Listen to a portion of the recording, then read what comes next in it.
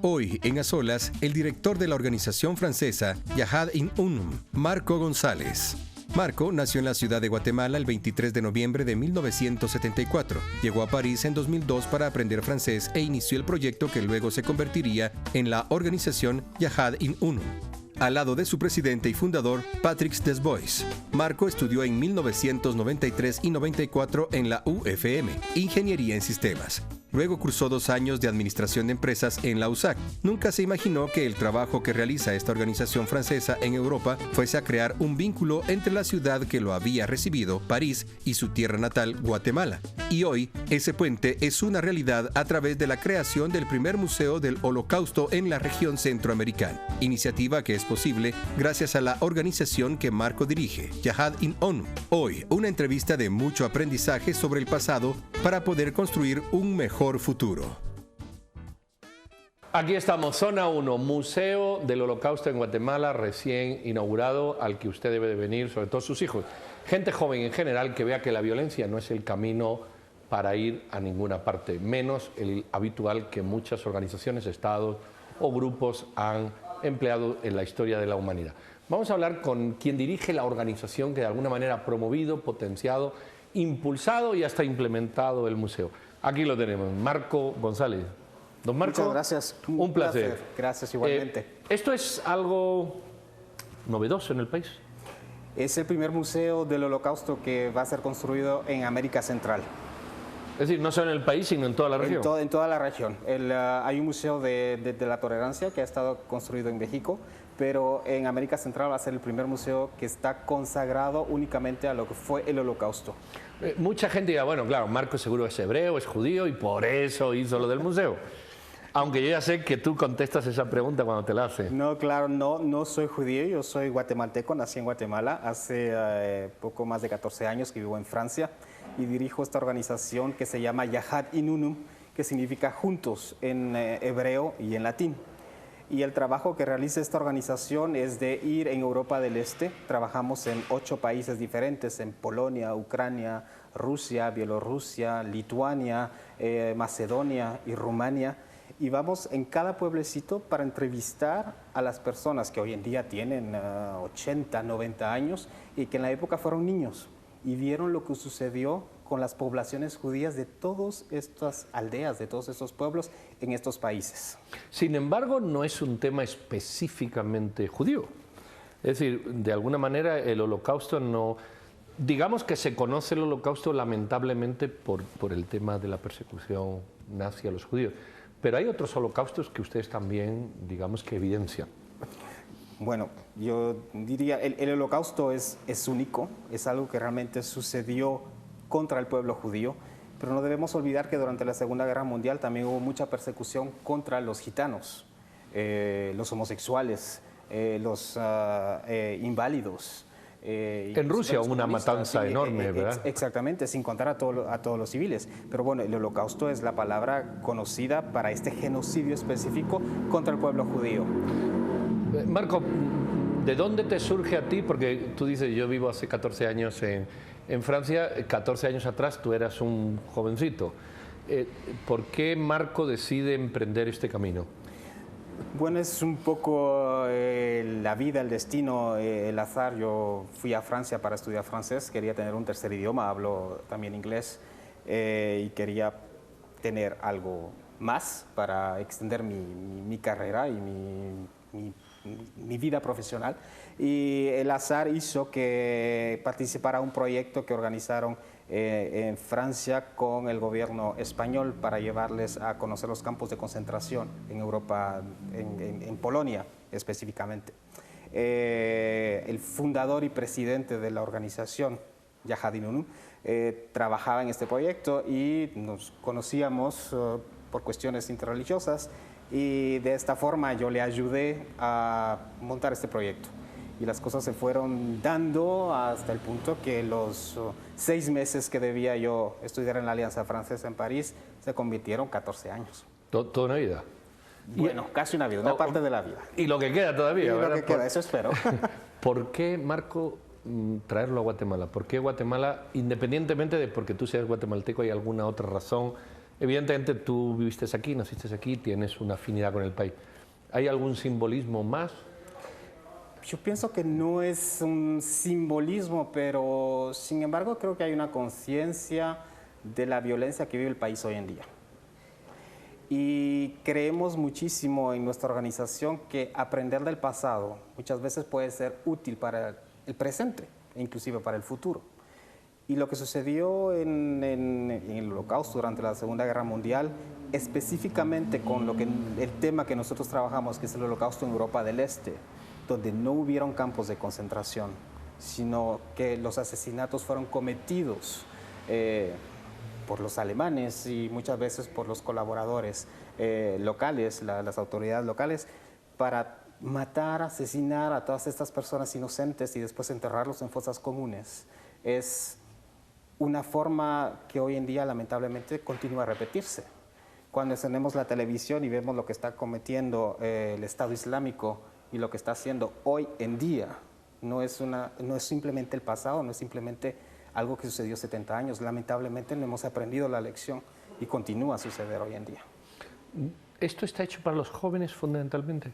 Para los jóvenes, exactamente. La idea de crear este Museo del Holocausto y crear una conciencia de tolerancia también y de no ser indiferentes hacia lo que está sucediendo. Y es que a través de esta historia del pasado que está tan documentada, que los jóvenes puedan, después de visitar esta exposición que será permanente, puedan haber vivido una experiencia y puedan haber aprendido algo y decirse, hay algo que yo puedo hacer para cambiar la violencia, tal vez en mi barrio, en mi colonia, en mi comunidad, en mi país inclusive, y que puedan tomar ideas y que puedan tomar conciencia que el pasado y la violencia conduce a extremos que pueden ser muy peligrosos. Sobre todo contraponerse a estos gobernantes o a estas organizaciones que matan, al menos tener las ideas claras de a dónde lleva esto, o a dónde llevó, ¿verdad? Exactamente, y sobre todo pienso yo hacer una conciencia en la gente para que no sean indiferentes, porque muchas veces cuando vemos lo que sucedió en Europa del Este, las personas cuando no eran judías, o no eran gitanos, o no eres homosexual, o no eres comunista, te sientes así como que, bueno, lo que le pasa a mi vecino, a mí no me importa. Sí, pero luego viene la inversa. Pero luego puede venir la inversa, exactamente. Y entonces persiguen a los altos, o a los guapos, o a las modelos de pasarela. Nunca se sabe exactamente lo que puede pasar. ¿Qué queréis? ¿O qué hay en el museo? ¿O qué queréis que haya?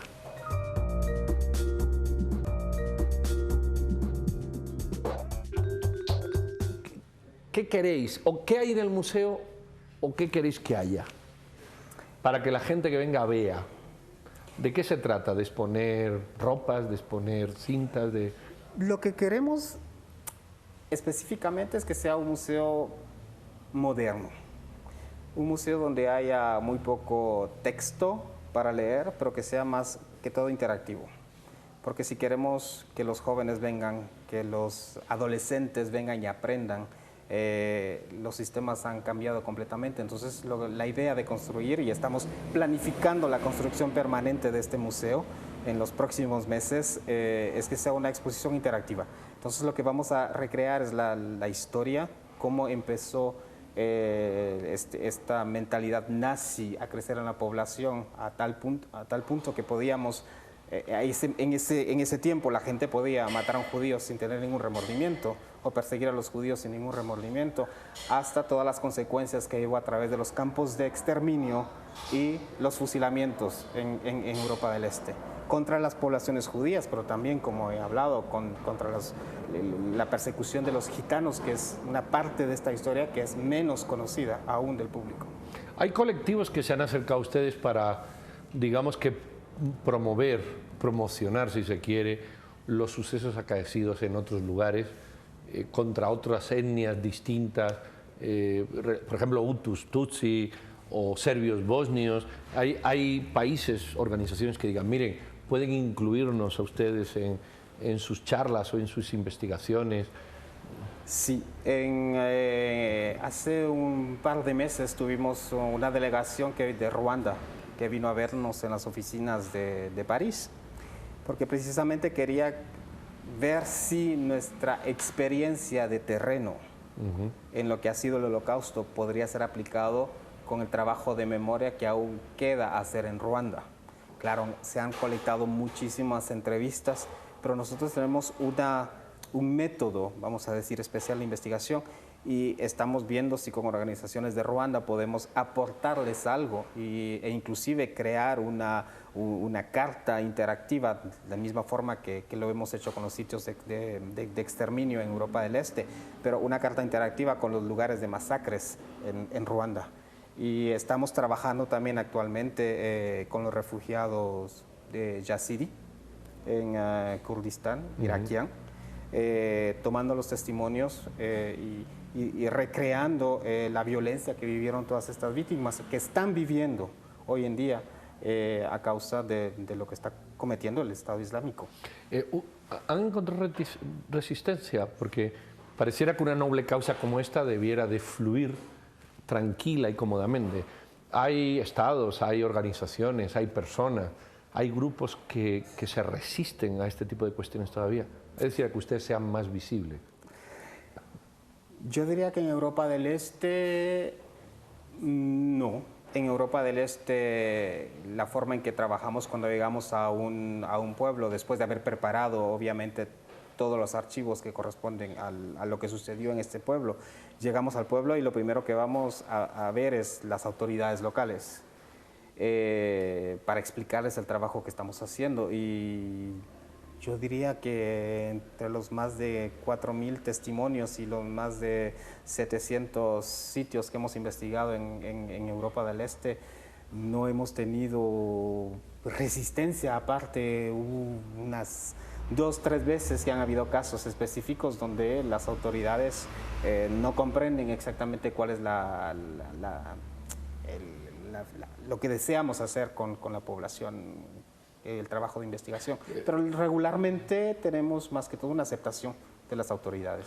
¿Por qué, Marco, siendo esto una cosa fácilmente comprensible, muy intuible, una experiencia desagradable y desgraciada que ojalá no vuelva a ocurrir, ¿verdad?, la humanidad no aprende y sigue ISIS y sigue Siria y en los 90 fue Bosnia y fue Ruanda y dice uno, bueno, si esto ya lo sabemos, ¿por qué lo repetimos tanto? Yo diría que no hemos aprendido la lección, yo diría que no hemos tomado conciencia y yo diría que hay mucha indiferencia también. Nos damos cuenta, yo diría la experiencia personal trabajando hoy en día con las víctimas de Yazidi. Primero que nada, si preguntamos a una persona quiénes son los Yazidi, que ni siquiera le conocen, no saben quiénes son los Yazidi. Y los Yazidi pues están siendo exterminados por el Estado Islámico. Yo creo que no tenemos conciencia y amor suficiente a nuestro prójimo. Yo diría que es esto, es una indiferencia, porque cuando no nos sentimos atacados o en peligro o que estamos concernados de lo que está sucediendo al vecino, pues nos hemos deshumanizado. Nos hemos deshumanizado. Es lo que pasa muchas veces hoy en día también en Guatemala, cuando yo escucho casos y que dicen es que me están apuntando la pistola y quitándome el celular y tampoco hacemos nada. Si no soy yo, no nos vemos, no hacemos nada. Pero en un mundo globalizado como este, donde se tiene toda la información que uno quiere en la web, 2 preguntas doble. Una casi las has contestado ya. ¿Cómo no tomamos más conciencia de lo que pasa cuando la información es mayor? Y la segunda es, este tipo de museos, aunque tú bien has dicho, bueno, son museos de la era moderna, no son museos interactivos. A pesar de eso, ¿todavía los museos tienen sentido? En un mundo, ¿verdad?, tecnológicamente, donde los muchachos salen menos. Es decir, ¿veis que se va a llenar de gente, o al menos va a venir la gente que queréis que venga, verdad? Pues lo que esperamos sobre todo es poder trabajar con escuelas. Específicamente por este museo, yo no sé si tal vez la palabra museo debería cambiarse. Era una exposición, un punto de encuentro. Porque es cierto que cada vez que pensamos en museo, pensamos en cuestiones antiguas, que es parte de la historia. Pero realmente cuando lo que queremos nosotros mostrar a través de la exposición permanente y de las exposiciones temporales que habrán en este museo es decirle a las personas que no es únicamente un tema del pasado, sino que también corresponde al presente.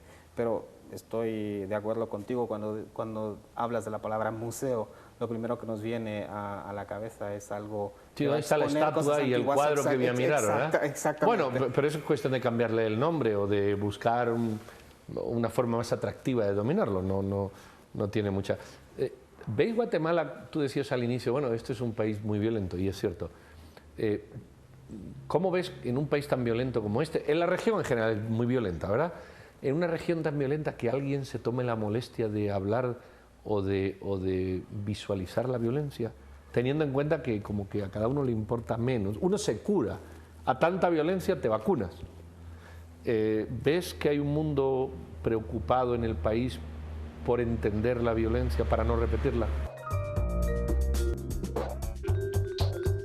¿Cómo ves en un país tan violento como este? En la región en general es muy violenta, ¿verdad? En una región tan violenta que alguien se tome la molestia de hablar o de visualizar la violencia, teniendo en cuenta que como que a cada uno le importa menos. Uno se cura. A tanta violencia te vacunas.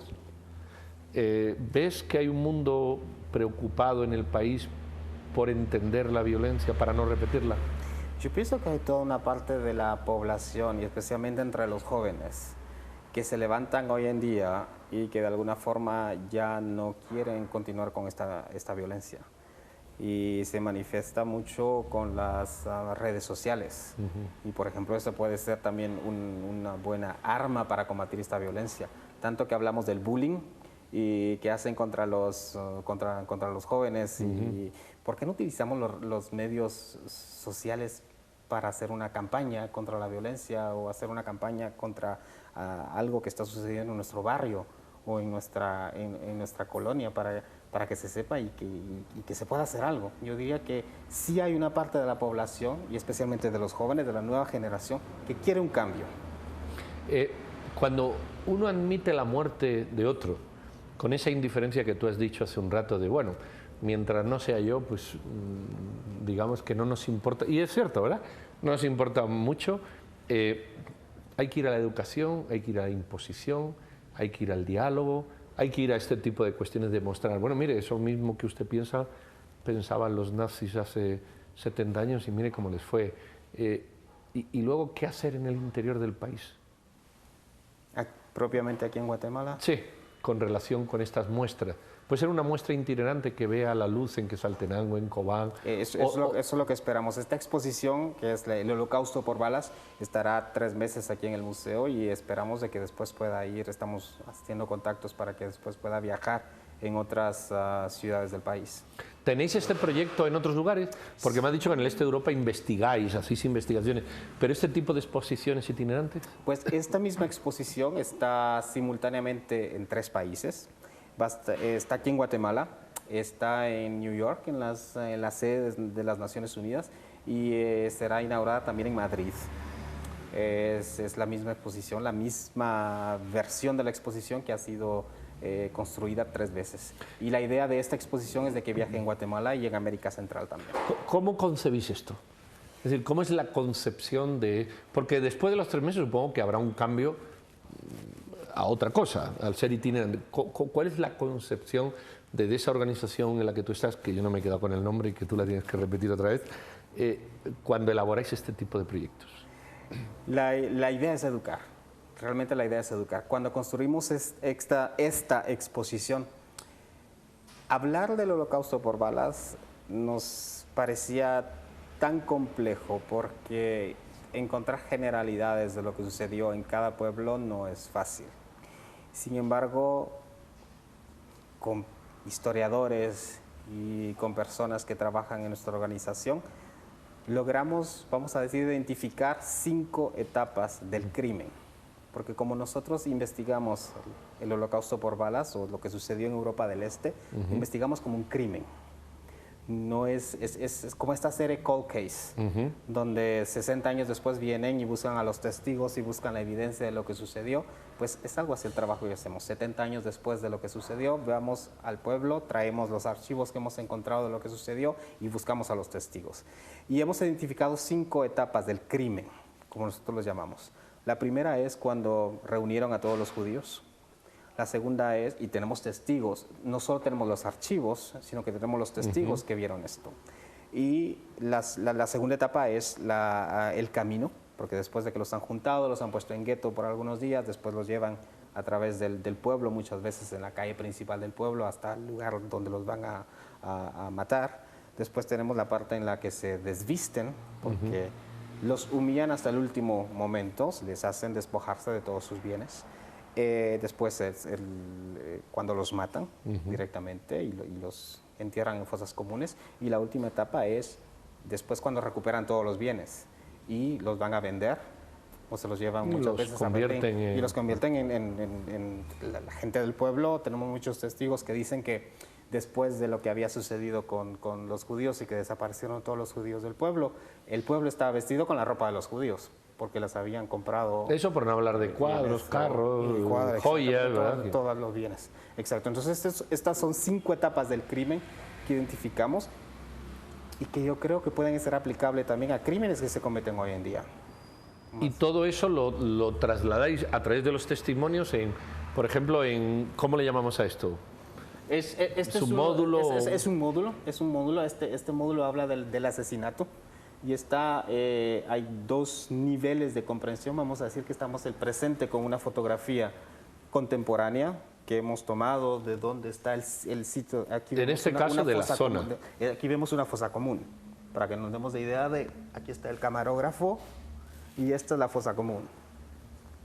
Y dentro tenemos una etapa diferente que son las fotos de archivo que corresponden a esta etapa del crimen, que fue que vemos soldados asesinando a los judíos y dejándolos en las fosas comunes. Entonces son 5 módulos. Y cada módulo cuenta una de esas etapas. Una de las etapas, exacto. ¿Y ha habido proyectos anteriores a estos? No, esta es la primera exposición itinerante. Y estamos a punto de inaugurar una segunda sobre la persecución de los gitanos, que va a ser inaugurada en Bruselas ahora en enero, a finales de enero, para la conmemoración del Holocausto, de las víctimas del nazismo. ¿Qué más tenéis en mente? Ya hemos dicho judíos, en el caso de lo que estamos, gitanos como una segunda etnia, ¿verdad?, que en Europa fue pues bien perseguida en casi todos los países, y a medida que vayáis escalando vais a ir descubriendo, supongo yo, comunidades en el este de Europa que sufrieron este tipo de persecuciones. Bueno, sin ir muy lejos, cuando hemos empezado a investigar un poco en los países de Europa del centro, en la ex Yugoslavia, por ejemplo, pues tenemos un conflicto que es más reciente, lo que sucedió en los años 90. Y podemos trabajar y tener la evidencia de ello. Y esperamos de que precisamente este método de investigación pueda ser aplicado y sobre todo que hayan personas que puedan aprender a trabajar de esta forma, sin ninguna parte política, sin ninguna parte de juzgar, sino puramente querer saber lo que sucedió y qué fue, dónde están las víctimas. Es importante eso, Marco. Vosotros tenéis un trabajo que es puramente expositivo. No entráis a condenar a nadie, no entráis a pelear judicialmente a nadie. Los casos que conozcáis y tal, los mostráis. Así es. Y nada más. Así es realmente colectar la evidencia de lo que sucedió y entender el modus operandum, vamos a decir, de los criminales y de este proceso, ya sea de genocidio o de violencia de masa, porque tampoco podemos llamarlo a todo genocidio. Así es. Hay reglas internacionales que establecen lo que es un genocidio. Digamos que son matanzas, que algunas son genocidio y otras son matanzas, pero tristes y lamentables. De masa, violencias de masa, que es lo que sucede hoy en día en muchos lugares. Bueno, ya han visto, lo que no tienes que perder la oportunidad de traer a sus hijos y a gente joven para que entienda que la violencia no es camino absolutamente de nada y que la violencia se presenta en muchas formas y lamentablemente no aprendemos de ella y seguimos cometiendo este tipo de no de genocidios, pero sí de matanzas o de actos poco humanos, deshumanizados. Bueno, pues vean la exposición itinerante que va a estar aquí en Zona 1. Marco, muchísimas gracias. Nuestros mejores éxitos aquí en París y donde haga falta. Y bueno, ojalá esa labor de un guatemalteco en París pues sea... Suena a café de un restaurante que no vas a decir, un guatemalteco en París, pero que ojalá eso sea un grano de arena o un grano de trigo que germine. Mis mejores deseos. Esperemos. Muchas gracias. A ti.